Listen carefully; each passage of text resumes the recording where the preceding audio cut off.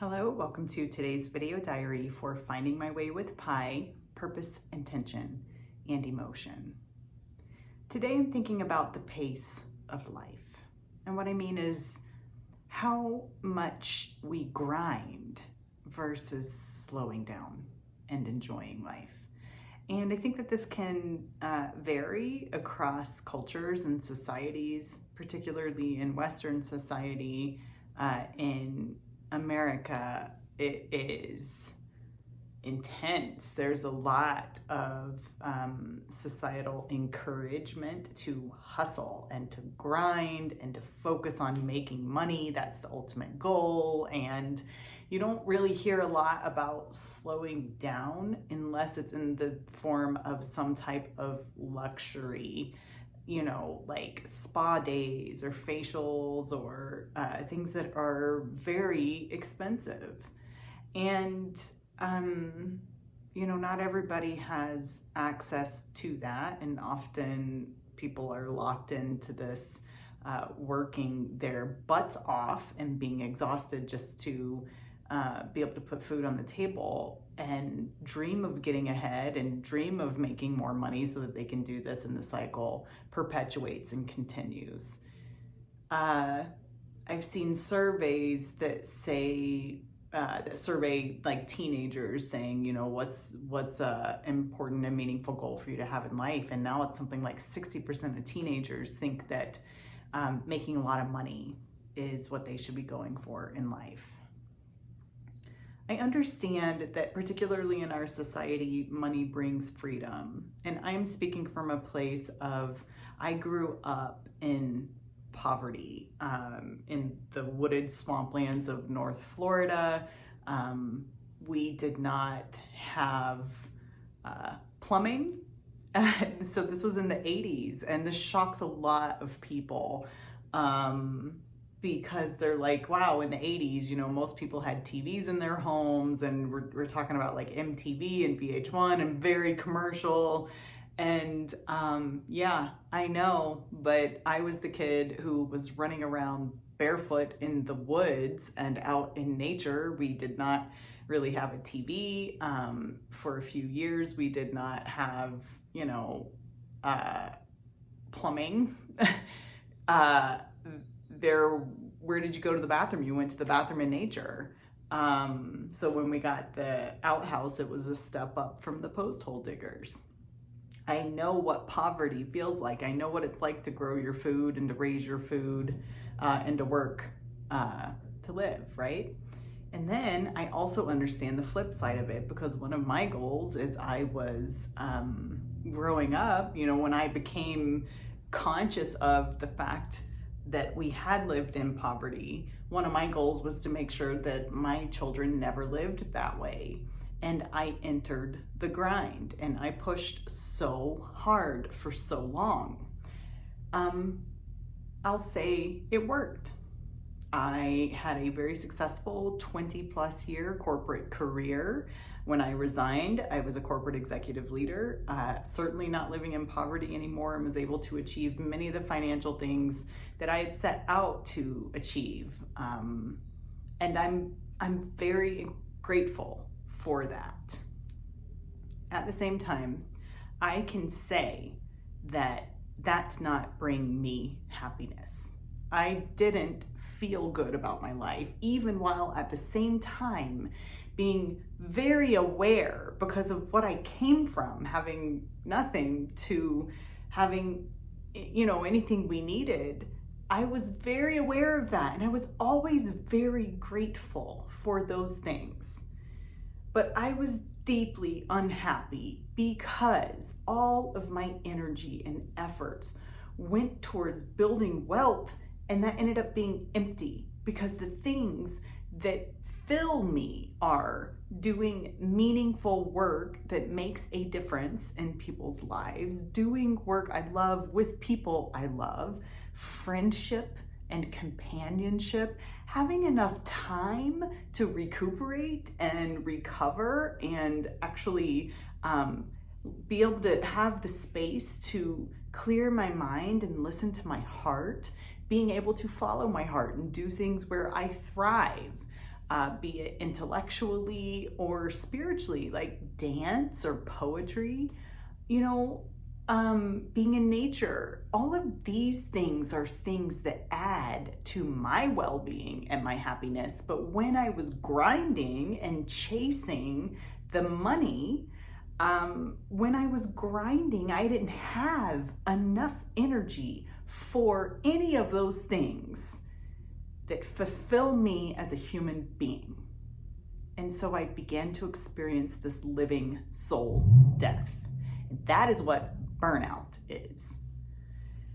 So what I'm thinking about today, the pace of life, the reason I'm thinking about it is because, well, a couple of different reasons. First, we got to connect with some of our friends who recently moved to Sweden, and they were sharing with us that this pace of life is very different. It's slowed it down. His blood pressure has come down. He's able to have time for self-reflection and realized that, oh my gosh, there's some answers that I was seeking, and it was inside of myself when I was able to be quiet enough to hear it and have some introspection instead of just grind, grind, grind. We aren't built to grind all the time. That is not healthy, whole living. And yet we do it all the time. And if we don't, it's like, what's wrong with you? Well, I don't want to do that anymore, and I haven't been. And I have been feeling so much better and more whole as a person, and seeing people around me still continuing to grind and grind and grind, and trying to figure out, where do I stand in this world? How can I stand in this world? And how and where do I survive in a world that's only about the grind, when I know that that's not what leads to wellness? It's quite a challenge, and it's very difficult also depending on which part of the economic ladder you're on. And I've lived the whole spectrum. I've lived from poverty up to wealth, and the needs are different, as far as what you need to provide for human wellness. I would say when I was in poverty, the things that made me feel like a whole human were there. I was connected with nature. We had family. We did things together. We ate meals together. I had friends. Those types of things. We worked the land, and that was meaningful. That was our survival. Versus on the other end of that spectrum, having all of the conveniences and the luxuries and everything I needed all came at the expense of those other things, because I had no time for those other things. It was all sucked up in the grind just to make the coin. So see what I mean? Like, the needs are different, because you miss out on some things. We live in a world that is driven by money, so you miss out on quite a lot of opportunity if you don't have the money, versus you don't have spiritual meaning. There's this existential meaninglessness happening in your life if you're so exhausted that you can't do anything but grind to make money, which becomes meaningless because of all the things that you need to be a whole person you don't get to do. At least that was my experience. I've found, as I've spoken with more and more and more people, that they experience the same.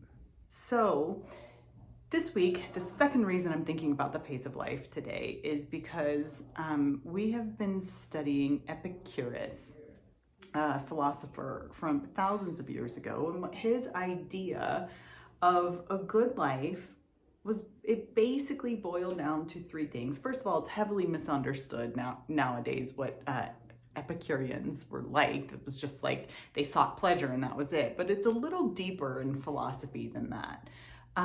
There are basically three main tenets of that Epicurus held. One was friends are important. Two is freedom is important. To be able to be not at the persuasion of needing to have products and luxury all the time, and being able to live your life on your terms. And then the third thing that was important was philosophy. And essentially that means time and space to reflect on one's worries in life. Why? Because life will have worries. No matter who you are, as a human, you will have some worries in your life. And if you don't have the time and space to reflect on them, how do you heal? How do you live a meaningful life? How do you follow your heart if you can't hear it because you're not reflecting on it? So all of this coming together, I found it so interesting that I've been studying that. And then we talked with our friends who had moved to Sweden, and he said these things that I've been studying that he experienced in his life. Hey, the pace of my life has slowed down. I'm able to contemplate my worries, and oh my gosh, it gave me what I needed to understand in my life and about my relationships. My blood pressure is coming down. Health is there. Companionship and friendship. It's not actually that hard. I think living the good life is quite simple. I think what's hard is that we don't know how to do that amidst society that pushes only for the grind and requires that you be wealthy in order to not have the grind. So I don't know what the answer is to all of that. What I'm doing is just, and again, it's with having this blessing in my life that, my hubby is holding the fort down while I'm healing and recuperating from the extreme burnout, while I'm getting my master's in happiness studies, while I will then go for my PhD in human flourishing, while I'm now following my heart, starting over.